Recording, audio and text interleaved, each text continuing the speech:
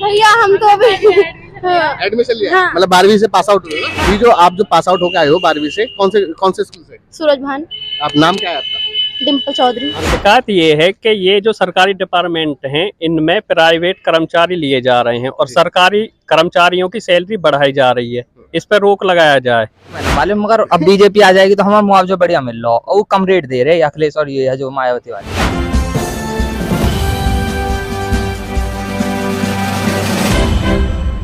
नमस्कार दोस्तों, हमारे साथ हैं शैलेंद्र जी। कुछ उनकी कुछ शिकायतें हैं सरकार से, वो कुछ बताना चाहेंगे। हाँ सर, क्या कह रहे थे आप? हाँ, शिकायत ये है कि ये जो सरकारी डिपार्टमेंट हैं इनमें प्राइवेट कर्मचारी लिए जा रहे हैं और सरकारी कर्मचारियों की सैलरी बढ़ाई जा रही है। इस पर रोक लगाया जाए।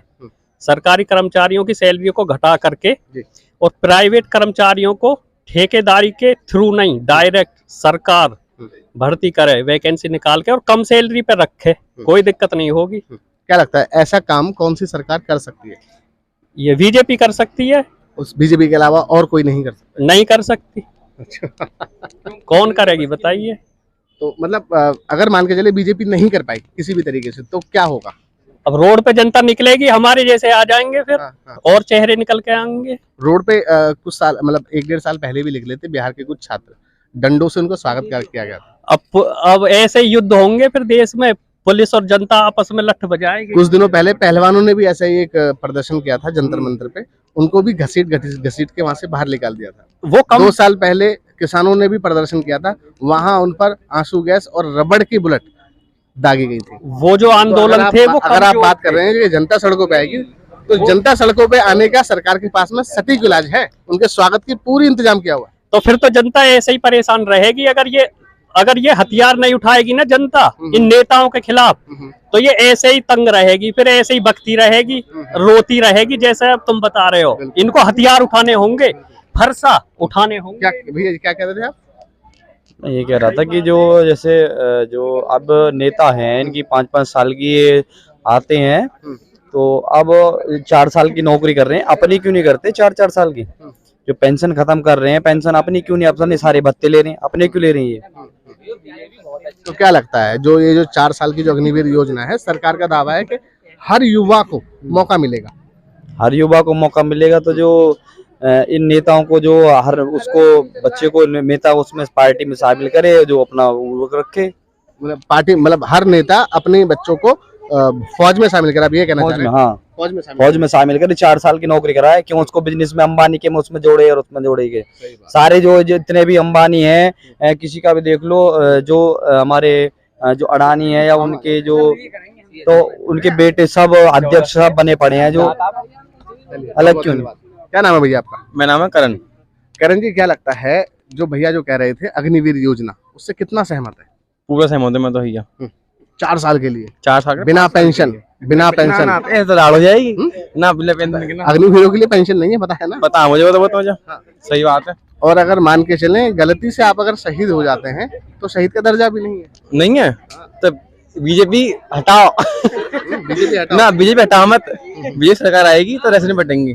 क्या नाम है भैया जी? रजत शर्मा। शर्मा जी, क्या लगता है 2024 में किसकी सरकार बन सकती है और किसकी सरकार से क्या फायदे क्या नुकसान? देखो बीजेपी की सरकार बन सके, हमारी जमीन है जेवर माई, हमारा आ रहा मुआवजा, बीजेपी चली जाएगी क्या पता मुआवजा रुक जाए हमारा। ये बीजेपी शर्मा जी, ये जो जेवर का जो एयरपोर्ट है ना, ये तो उत्तर प्रदेश में जो अखिलेश की सरकार थी उससे जो पिछली सरकार रही है मायावती की सरकार, मायावती की सरकार में आया था। अच्छा, ये हमें ना मालूम मगर अब बीजेपी आ जाएगी तो हमारा मुआवजा बढ़िया मिल रहा और वो कम रेट दे रहे अखिलेश और ये है जो मायावती वाली। अग्निवीर योजना से कितना सहमत है? अच्छा, अग्निवीर योजना से अग्निवीर अरे वैसे भी तो आप तो मुआवजे वाले, आपको तो अग्निवीर की जरूरत नहीं है। मुँह की जरूरत नाम ही नाम। तो ये कुछ छात्र आ रहे हैं, हम इनसे छात्रों से पूछेंगे। हाँ जी बहन जी, क्या लगता है आपके जो एनआरसी कॉलेज से शिक्षा व्यवस्था में कोई सुधार हुए हैं पिछले सरकारों में, 10 सालों की सरकारों में? भैया हम तो अभी एडमिशन लिया हाँ। मतलब 12वीं से पास आउट हुए ना? हाँ। तो क्या 12वीं जो आपके जो पुराना जो स्कूल था वहाँ शिक्षा व्यवस्था में कोई सुधार हुआ था, या आप कोई चाहते हैं कि शिक्षा व्यवस्था में कोई सुधार हो? हाँ, हम तो यही चाहते हैं कि और आगे बढ़े, शिक्षा व्यवस्था में हाँ, सुधार होना चाहिए। अभी जो आप जो पास आउट होकर आए हो 12वीं से कौन से स्कूल से? सूरज भान। आप नाम क्या है आपका? डिम्पल चौधरी। डिम्पल चौधरी। तो सूरजभान कॉलेज जो था आपका 12वीं तक का, क्या वहाँ शिक्षा व्यवस्था काफी दुरुस्त थी पढ़ाई के लिए? सभी नहीं, ठीक थी। ठीक थी। यस। और कोई सुधार चाहते हैं वहाँ? नहीं, ठीक थी वैसे तो पढ़ाई तो। आप नहीं, कौन बहुत से स्कूल से अच्छी पास आउट हो गए हैं? सूरजभान से ही। सूरजभान से। हाँ। कोई शिक्षा व्यवस्था में कोई सुधार नहीं चाहिए आपको? नहीं नहीं, बहुत बढ़िया पढ़ाई है वहाँ की। कोई सुधार नहीं चाहिए, सब कुछ ठीक चल रहा है, सब बढ़िया है। सब मतलब महंगाई बेरोजगारी कुछ नहीं है? क्योंकि पढ़ने लिखने के बाद में लोगों को क्या चाहिए होता है? रोजगार चाहिए होता है, सरकारी नौकरियां चाहिए होती हैं, तो क्या प्रॉपर मिल पा रही हैं? नहीं, प्रॉपर तो ना मिल पा रही, पर सही है। सही है। हाँ, आप ठीक बताइए, है। सरकारी नौकरी मिल पा रही हैं? नहीं। क्या बनेंगे आप पढ़ लिख कर, क्या बनेंगे? जिस स्कोप में आप पढ़ाई कर रहे हैं, क्या उस लाइन में स्कोप है, नौकरियां हैं? हम्म। हैं। चलिए, बहुत बहुत धन्यवाद।